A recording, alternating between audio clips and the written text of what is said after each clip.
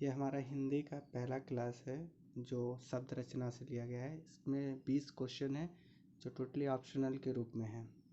जैसे पहला क्वेश्चन है हमारा कि निधन शब्द का अर्थ बताएं, जिसमें 4 ऑप्शन है। ऑप्शन ए है मृत्यु, ऑप्शन बी गरीब, option C A and B, option D none of the above.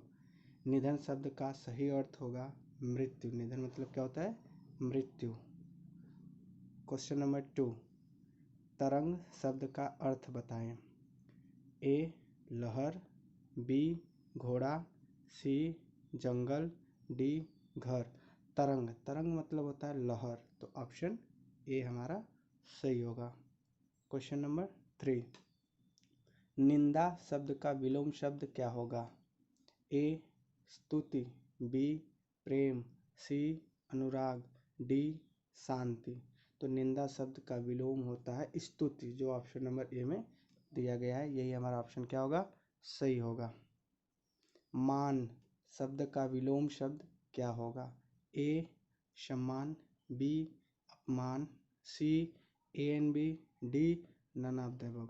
मान शब्द का विलोम अपमान होगा, option number B. Question number 5, पेड़ शब्द का पर्यायवाची शब्द बताएं।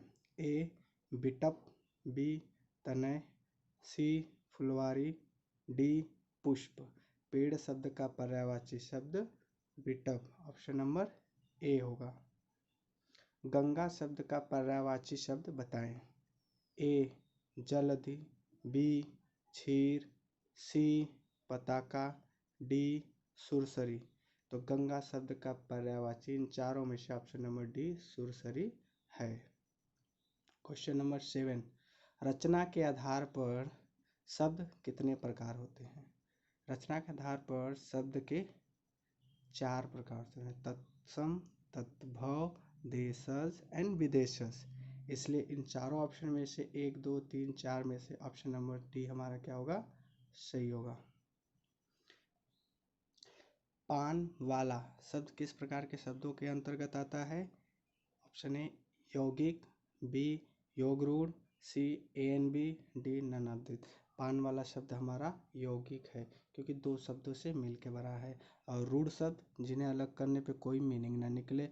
योगरूढ़ जो यौगिक और रूढ़ दोनों से मिलकर बनता है, या 2 शब्दों से मिलकर बने जिसका कोई तीसरा अर्थ न हो। क्वेश्चन नंबर 9, उत्पत्ति के आधार पर शब्द कितने प्रकार के होते हैं। ए 1, बी 2, सी 3, डी 4। तो उत्पत्ति के आधार पर शब्द 3 प्रकार के होते हैं, रचना के आधार पर 4। निम्नलिखित वाक्यों के लिए एक सही शब्द चुनें। दर्शन की इच्छा करने वाले को क्या कहते हैं। ए दर्शनार्थी, बी दार्शनिक, C A and B, D none of the above. तो हमारा ऑप्शन नंबर ए सही होगा।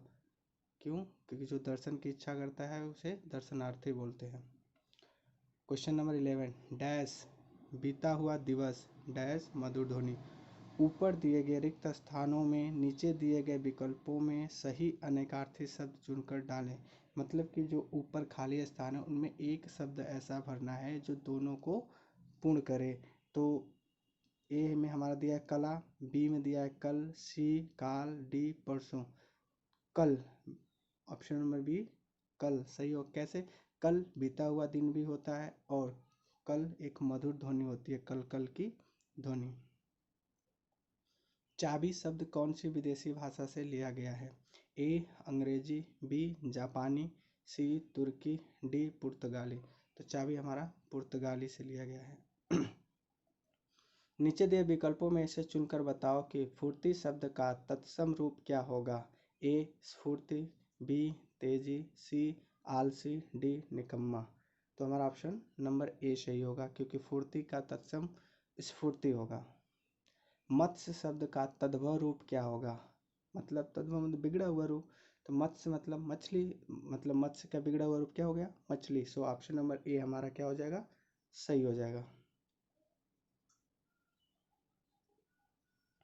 दमदार, बलवान, बलशाली। उपर्युक्त शब्द नीचे दिए गए किस शब्द के पर्यायवाची हैं। ए बल, बी शक्तिशाली, सी पराक्रम, डी ताकत। तो दमदार, बलवान या बलशाली हमारा ऑप्शन नंबर बी शक्तिशाली का पर्यायवाची है। पाणिग्रहिता, परिणीता, परिग्रहा उपर्युक्त शब्द नीचे दिए गए किस शब्द के पर्यायवाची हैं? ए विवाहिता, बी ब्याह, सी परिणीत, डी शादी। तो इनमें से हमारा जो ऑप्शन होगा ए विवाहिता, विवाहिता के ही पर्यायवाची है वो तीनों, पाणिग्रहिता, परिणीता एवं परिग्रहा। क्वेश्चन नंबर 70, श्याम नासा में डैश के विषय में खोजबीन करता है, ऊपर दिए गए रिक्त स्थान में सही शब्द क्या होगा? ए ग्रहों, बी ग्रहों, C ANB, D none of the above. So हमारा ऑप्शन नंबर ए तो होगा ना, क्योंकि गृहों मतलब होता है घर और ग्रहों मतलब होते हैं प्लैनेट्स। सो हमारा ऑप्शन नंबर बी क्या हो जाएगा? सही हो जाएगा। आज के युग में दुर्जनों का बोला वाला है और डैश को कोई नहीं पूछता। ऊपर दिए गए रिक्त स्थान के लिए रेखांकित शब्द का सही विलोम शब्द चुनें।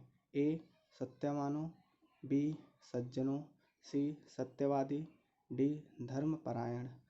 तो हमारा ऑप्शन नंबर बी सही होगा, क्योंकि आजकल दुर्जनों का बोला वाला है तो सज्जनों को कोई नहीं पूछता। हाथ की कारीगरी, ऊपर दिए गए वाक्य के लिए एक शब्द क्या होगा? जो हाथ की कारीगरी होती है उसे क्या बोलते हैं? ए कारीगर, बी हाथ कारीगर, सी हस्तशिल्प, डी शिल्पकार। तो ऑप्शन नंबर सी हमारा सही हो जाएगा, हस्तशिल्प। लास्ट क्वेश्चन है हमारा, रात शब्द के किस भेद के अंतर्गत आता है? रात शब्द जो है वो किस भेद के अंतर्गत आएगा? रूढ़, यौगिक, ANB या इनमें से कोई नहीं। तो अभी हमने आपको पिछले ही क्वेश्चन में बताया था कि ऐसा शब्द जिनका कोई विच्छेद ना हो, जिन्हें अलग करने पर कोई मीनिंग ना हो, वो रूढ़ शब्द कहलाते हैं। वैसे ही रात हमारा क्या हो जाएगा? रूढ़ शब्द हो जाएगा।